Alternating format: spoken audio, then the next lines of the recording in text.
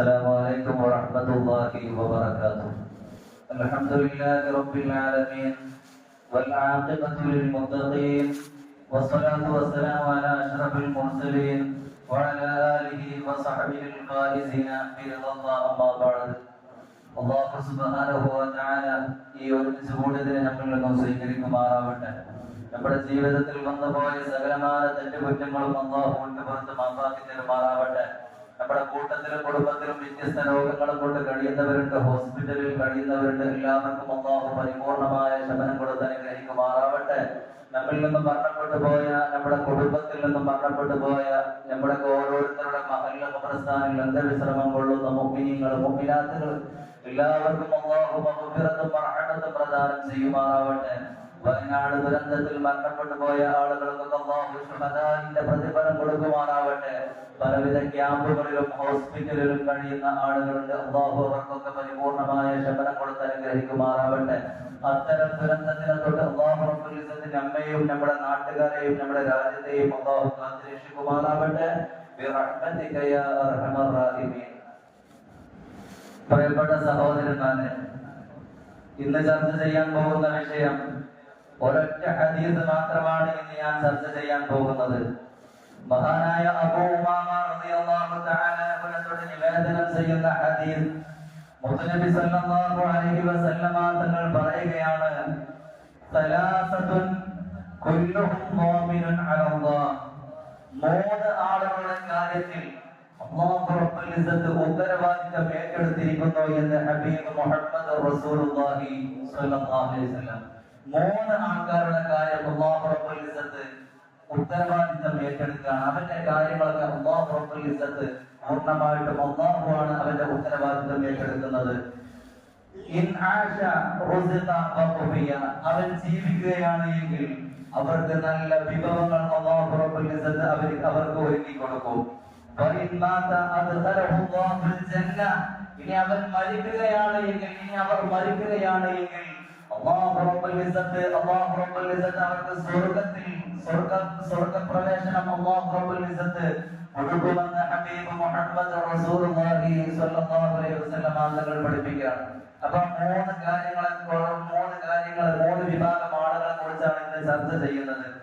ഒന്നാമതായി കൊണ്ട് ഹബീബ് മുഹമ്മദ് റസൂലുള്ളാഹി സ്വല്ലല്ലാഹു അലൈഹി വസല്ലം തങ്ങൾ പറയുകയാണ്, അല്ലാഹു റബ്ബുൽ ഇസ്സത്ത് സംരക്ഷണം ഏറ്റെടുത്ത മൂന്ന് വിഭാഗത്തിൽ നിന്ന് ഒന്നാമത്തെ ആള് മൻ ദഖല ബൈതുഹു ഫസല്ലമ വഹുവ ളാമിനുൻ അലല്ലാഹ്.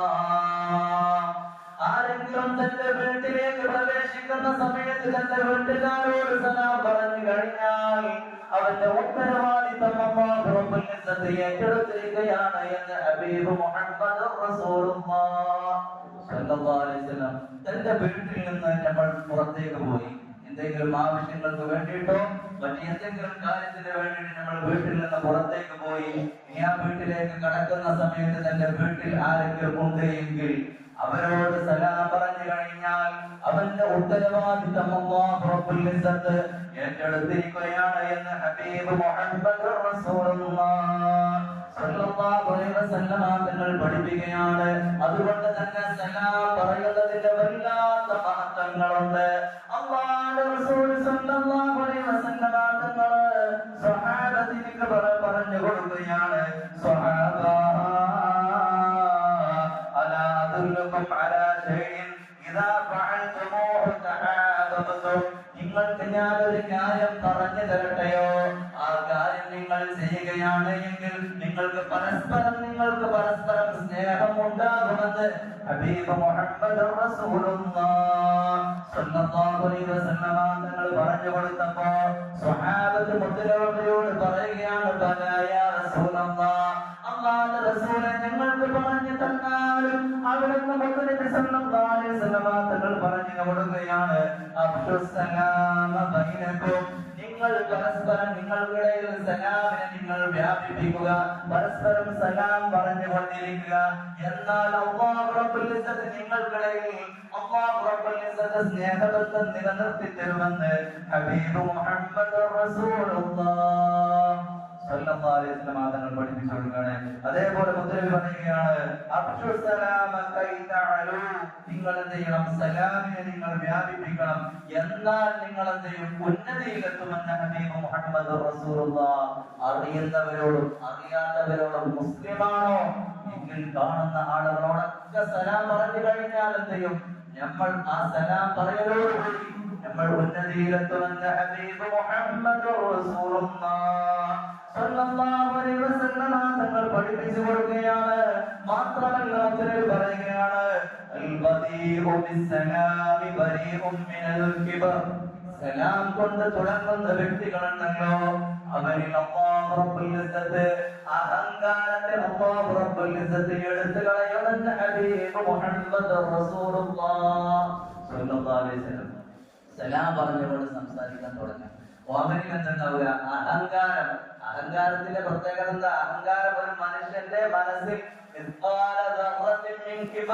ഒരു അണുമണി തൂക്കം, ഒരു കടുകിന്റെ മണി ഉണ്ടില്ല, അത്രത്തോളം കിബർ ഒരു മനുഷ്യന്റെ ഹൃദയത്തിൽ ഉണ്ടെങ്കിൽ അവൻ അവൻ സ്വർഗത്തിൽ കടക്കൂല എന്നവൻ. അപ്പൊ ഈ സലാം പറഞ്ഞ് തുടങ്ങലോടുകൂടി അഹങ്കാരത്തിൽ നിന്നും ആ മനുഷ്യനിക്ക് മോചനം ലഭിക്കുമെന്ന് ഹബീബ് മുഹമ്മദ് റസൂലുള്ളാഹ് സ്വല്ലല്ലാഹു അലൈഹി വസല്ലം തങ്ങൾ പറഞ്ഞു തരികയാണ്. മാത്രമല്ല മുത്തനബിയുടെ മറ്റൊരു ഹദീസ് ഉണ്ട്, അബ്ഖലുൻ നാസി മൻ ബഖില ബിസ്സലാം. ജനങ്ങളിൽ വെച്ച് ഏറ്റവും വലിയ പിശുക്കൻ എന്ന് പറഞ്ഞാൽ സലാം പറയാത്ത വ്യക്തിയാണ് എന്ന് ഹബീബ് മുഹമ്മദ് റസൂലുള്ളാഹ്.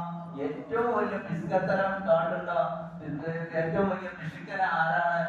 സലാം പറയാൻ മടിയുള്ള വ്യക്തിയാണ് ഏറ്റവും വലിയ പിശുക്കനെന്ന് മുത്തനബി സല്ലല്ലാഹു അലൈഹി വസല്ലം തങ്ങൾ പഠിപ്പിക്കുകയാണ്.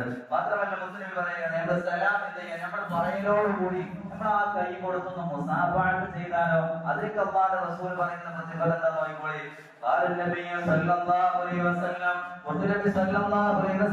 തങ്ങൾ പറയുകയാണ്,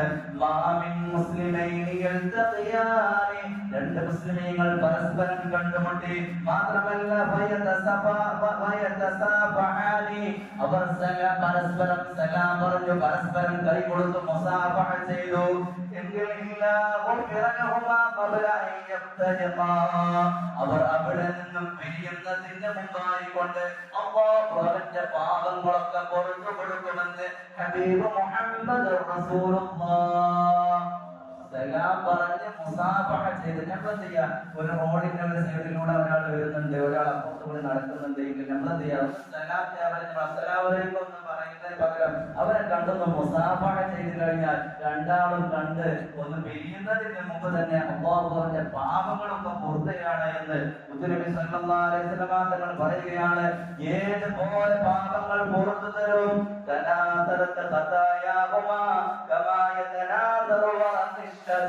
മരത്തിൽ നിന്നും ഇലകൾ കൊഴിഞ്ഞു പോകുന്നത് കണ്ടിട്ടില്ലേ? അതുപോലെ ആ മനുഷ്യന്റെ ശരീരത്തിലുള്ള ഹൃദയത്തിലുള്ള പാപങ്ങളൊക്കെ അല്ലാഹു റബ്ബുൽ ഇസ്സത്ത് പുറത്തു വരുമെന്ന് ഹബീബ് മുഹമ്മദ് റസൂലുള്ളാഹ്. കുറച്ച് ചില കാലാവസ്ഥയുടെ സമയം നമ്മൾ നോക്കേണ്ടതുണ്ട്. ചില സമയത്ത് മരത്തിലുള്ള ഇലകളൊക്കെ കൊഴിഞ്ഞു പോകും. ഉദാഹരണത്തിന് നമ്മൾ ചീനിമരം നോക്കുക, ചീനിമരത്തിന്റെ ആ ഇലകളൊക്കെ ഒരു സമയം പൂർണ്ണമായി എല്ലാം കൊഴിഞ്ഞു പോകും. ആ തണ്ട് മാത്രമേ ബാക്കിയുള്ളൂ.